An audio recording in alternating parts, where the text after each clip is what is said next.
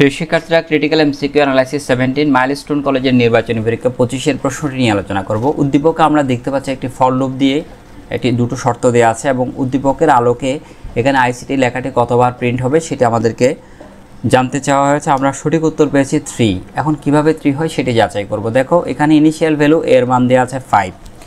এখন a = 5, এই জায়গায় যদি আমরা a = 5 বসাই তাহলে এই কন্ডিশনটি ট্রু কিনা দেখব। 5 is less than 10, কন্ডিশন সত্য।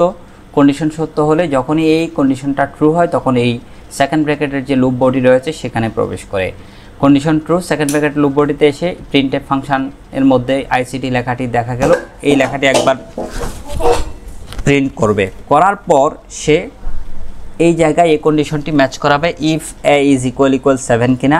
a = 7 এই কন্ডিশনটি সত্য নয়, কারণ এর মান ছিল 5 স্টার্টিং ভ্যালু হিসেবে। এখন তাহলে ব্র্যাক স্টেটমেন্টটি কাজ করবে না। এখানে ব্র্যাক স্টেটমেন্টটি তখনই কাজ করবে যখন a = 7 হবে, অর্থাৎ এর ভ্যালু এই 7-এর সমান হয়ে যাবে। এই কন্ডিশনটি যদি কাজ না করে এখানে ইনক্রিমেন্ট পার্টে চলে আসবে প্রোগ্রাম। এখানে a++ অর্থ তোমরা জানো, a = a+1 এটাই বোঝায়। তাহলে 5 ছিল এর ভ্যালু, 5 + 1 = 6। 6 পাওয়ার পর সে আবার এই কন্ডিশনটি যাচাই করে, তাহলে a is less than 10, এখন এর ভ্যালু হলো 6। 6 less than 10 এই কথা সত্য। ট্রু হলে সে আবার এই লুপ বডিতে এসে আইসিটি লেখাটি প্রিন্ট করবে। তাহলে আইসিটি লেখাটি আরেকবার প্রিন্ট হলো। আইসিটি লেখা প্রিন্ট করার পর এর ভ্যালু কত? 6। এখন এই স্টেটমেন্টটা যাচাই করবে a = 7 কিনা। না, a = 7 নয়, কারণ এর মান হলো 6। এই কন্ডিশনটি ফলস। ফলস হলে সে আবার এখানে চলে আসবে ইনক্রিমেন্ট পার্টে।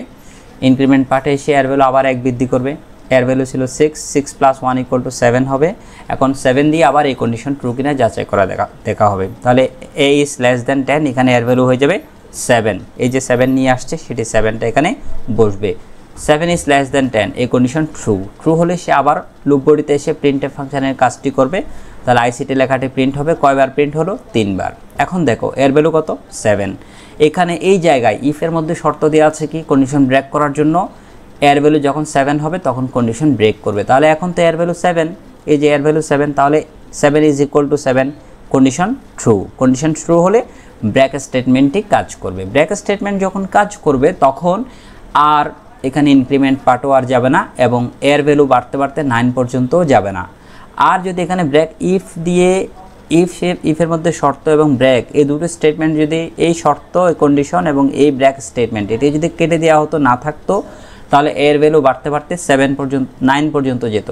9 is less than 10, তাহলে আরও কয়েকবার বেশি প্রিন্ট করতো। এই ছিল আমাদের এই প্রোগ্রামটি। তাহলে ব্রেক স্টেটমেন্ট কী করে? ব্রেক স্টেটমেন্টের সাথে যে শর্তটি দেওয়া আছে সেটি ট্রু হওয়া মাত্রই ব্রেক স্টেটমেন্ট কাজ করে। আর ব্রেক স্টেটমেন্ট যখন কাজ করে তখন এই লুপ বডির যে ফর লুপের ভেতরে যে কন্ডিশন দেওয়া আছে সেই কন্ডিশন যেখানে গিয়ে শেষ হওয়ার কথা এর আগেই কিন্তু এই ফর লুপটা ব্রেক হয়ে যায়।